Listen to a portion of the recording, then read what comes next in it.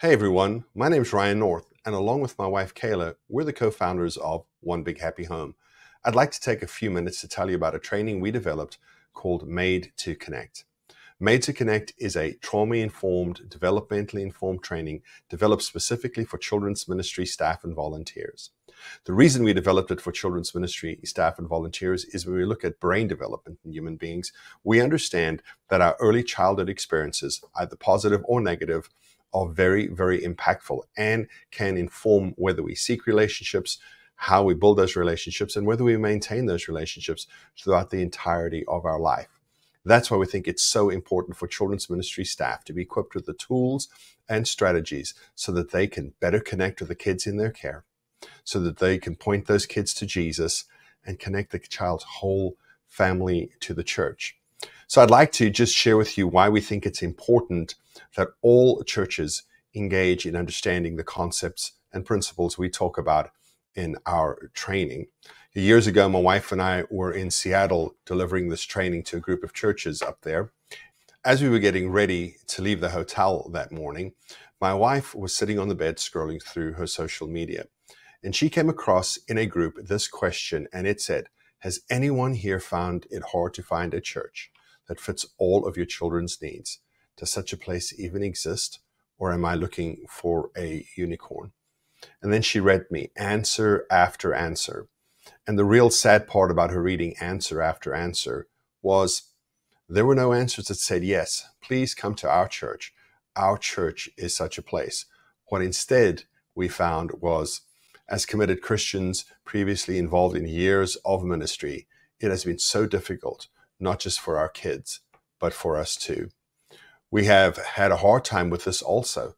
Our church is the one I grew up in. We tried looking for other churches before and have not found any that we like. We left our church that had been a very important part of our lives for 14 years. It still hurts, but our son was not ever going to be accepted there. And then the big one, we stopped going to church. One of the things that I do really enjoy is that there's a lot of data about the state of religion in the United States. And Pew, Gallup, Barna, and a whole slew of others do research on the state of religion in the United States. In a recent Gallup poll, last year's actually in 2023, 45% of Americans said that religion was very important to them, with another 26% saying it was fairly important, and 28% saying it was not very important. When Gallup first asked that question in 1965, 70% said that religion was very important. So the studies also indicate that whenever we use the term religion, about 68% of religion in the United States is Christian. So whatever numbers you hear me say, multiply that by 0.68 to get the real impact of these. The combination of very important and fairly important is 71% in 2023. In 1965, that was 70% for very important all by itself. Here's a graph that just shows what we talked about with the decline of very important, but also the ascendancy of not very important amongst Americans when surveyed in 2023. But here's what's even more important to me, that when describing their behavior more generally, 21% of Americans reported that they attended religious services every week. Now, I'm an old school guy. I still believe that we need to go to church every Sunday because that way we can worship the Lord together with other believers. We can be taught the word. We can participate in communion and just be together and grow together, where we can be held accountable, where we can be corrected. And all of those things are really important, but increasingly so, adult Americans are not going to church the way that they used to. It's not just enough to look at it by what's important, what's not important, but we also looked at data about the importance of religion by generation. When asked, is religion the most important thing in your life? 18% of the silent generation, 17% of boomers, 15% of Gen X, and 13% of millennials said yes to that question. When asked if religion was an important thing in their lives, 49% of the silent generation, 45% of baby boomers, 39%, and 29% of Gen X and millennials, respectively.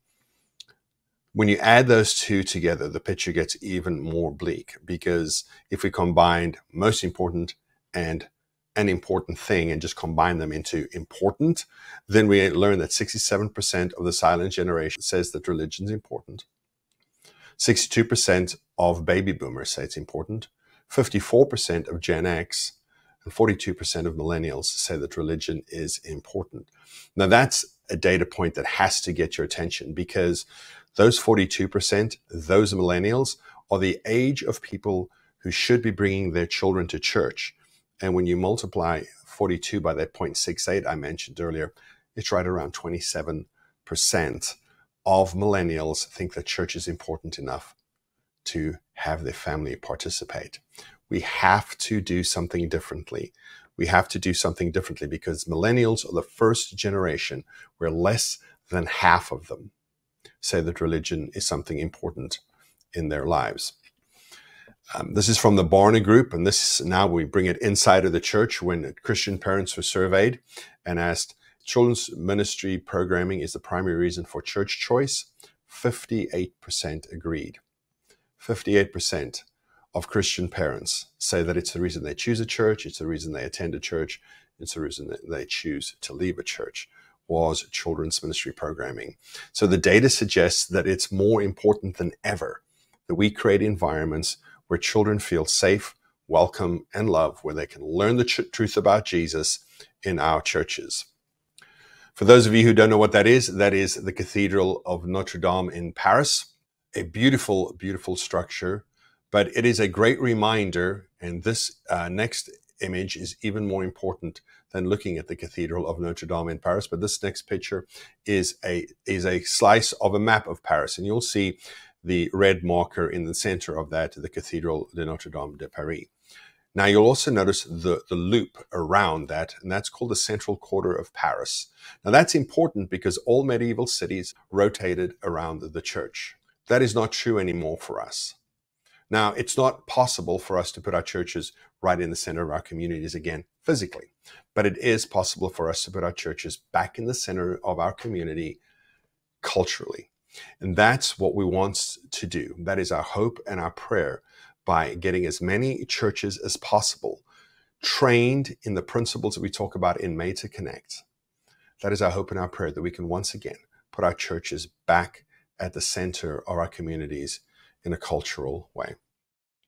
This slide over here is the law of diffusion of innovation. I'll be brief. I could talk about this for half an hour. It's so fascinating. What this says is that whenever there's a new idea, 2.5% of the innovators, then once those innovators are on board with the idea, 13.5% are the early adopters. Now, innovators and early adopters equal 16% of the general population in any distribution. So what that looks like at that, when we hit 16% acceptance of an idea, we hit the tipping point. And then the next 68% of any given population, whether it be society at large or adults who want smartphones, it now has mass appeal. And now we get through these things a lot easier now with social media influencers. So those early adopters, those are your influencers, and they will spread the word. Give you a couple of examples. Before the rise of social media influencers, Apple introduced the iPhone. The first iPhone did not have mass appeal, nor did the second one, but those were the innovators who used those products. The iPhone 3 is when we hit mass appeal, and then everybody had one almost instantaneously. The same with Stanley tumblers. Years ago, a handful of people started drinking out of them. Then the early adopters started using them, started posting on their social media. And now it's rare that you will find somebody that doesn't have a Stanley or something that looks like a Stanley tumbler, because once we get to that tipping point, there's mass appeal. What we want is for our training, for this trauma-informed, developmentally informed training that teaches about brain development, about relationships, about how God wants us to live in relationship with Him, that will equip church staff and volunteers to be able to do those things, to better connect with the children in their charge. Here's the news. There's 338,000 Christian churches in the United States. 16% of those is just a little over 54,000. So there's a lot of work to do. It's why we are wanting to partner with churches, with organizations, to work together in the cause of Jesus and bring this training to our cities so that families can go to any number of churches in our cities and find places where they are safe, welcome, and loved, and the staff understands them and knows how to help them so that they can learn the truth about Jesus. So I want to leave you, there's a couple of testimonials over here. Our friend Jason Johnson from CAFO said that Ryan and Kayla are experts in trauma-informed children's ministry. They're the best I know on the subject. And then Courtney Ross from Care Portal, she had us come down to the west coast of Florida and work with a group of churches down there. And she said, Ryan and Kayla North have an incredible model to train churches to make their spaces safe and effective for the most vulnerable in a community. I have researched the best trauma training to churches, organizations, and more offered, and I find Made to Connect to be the best. I brought them to my local community and can say there's been a marked rise in individuals served through Care Portal attending local trauma-informed churches who have created safe, welcoming spaces. I love the second part of that because Courtney says, these guys came down, they trained our churches, and our churches became more responsive to the needs of the community. Because at the end of the day, children heal where they feel safe. And so we want to create environments where children feel safe, welcome, and loved. Churches do security audits, right? And it's great to have those procedures, what to do if you can't find a child, what to do if the child gets hurt. That's really important.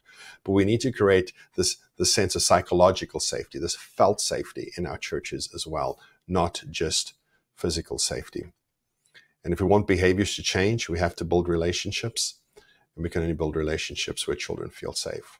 Or we could do that the other way around, from left to right. Where children feel safe, they can build relationships and behaviors change.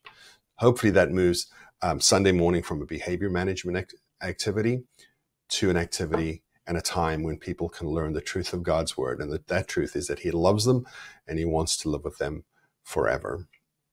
I want to leave you with one of my favorite quotes from one of my favorite people, Dr. Bruce Perry. Dr. Perry says, the more healthy relationships a child has, the more likely he will be to recover from trauma and thrive. Relationships are the agents of change, and the most powerful therapy is human love. Thanks for listening. We'll put some QR codes up on the screen over here. And if you would like to learn more about Made to Connect, how we can bring it to your town, just scan the QR code, schedule an appointment, and we will jump on a call with you.